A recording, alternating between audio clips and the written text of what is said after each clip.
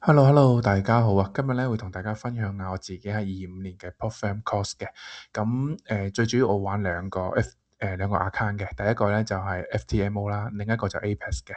咁自己嘅實力未夠啦，咁都係未去到成功出金嘅。咁但係今日係 focus 喺個 course 嗰度嘅。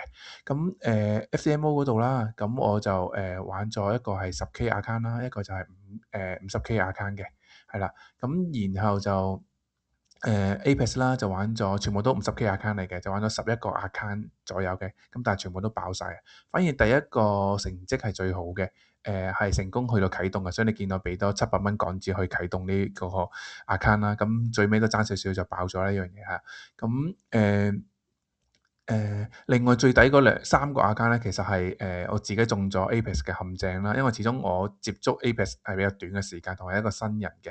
咁原來有啲細節位係會令到我哋會俾貴咗錢會去 reset 翻個 account，而我係唔知啦，亦都冇特別有咩 KOL 啊，或者係網上一啲嘅 guideline 睇到嘅。咁呢個我之後可以出多段片講下到底邊啲位我哋要小心啲嘅，係啦。咁最尾就 fail 咗啦，咁11個 account 同埋2個 FTMO account 都 fail 咗嘅。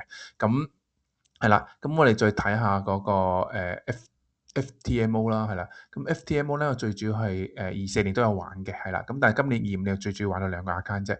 咁就係一個分別就係一個10K 嘅 account 啦，咁最尾都爆咗啦。一個就係50K 嘅 account 嘅，咁都係爆咗嘅呢樣嘢。咁之後就喺網上嘅情況認識咗Apex 啦，以為 Apex 比較容易玩嘅。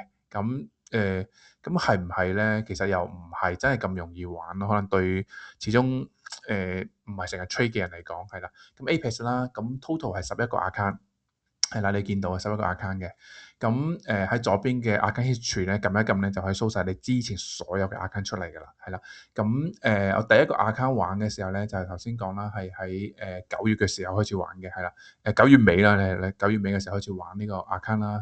咁最難嘅地方，我覺得同 CFD 唔同嘅地方係佢多咗一個樣嘢叫做追蹤止損，令到我哋唔習慣嘅人咧比較容易去嘥出咗啦，或者容易去令自己心態上難調整咗嘅。咁但係 overall 嚟講，咁都係爆晒啦。咁係啦，咁冇辦法啦，呢樣嘢係咁。26年就繼續努力啦，係啦。咁希望我每一年都會拍段片同大家分享我自己喺 Popfam 入邊嘅一啲嘅 course 用咗幾多。咁希望26年可以分享埋我嘅出金記錄。好，大家交易加油，26年見，拜拜。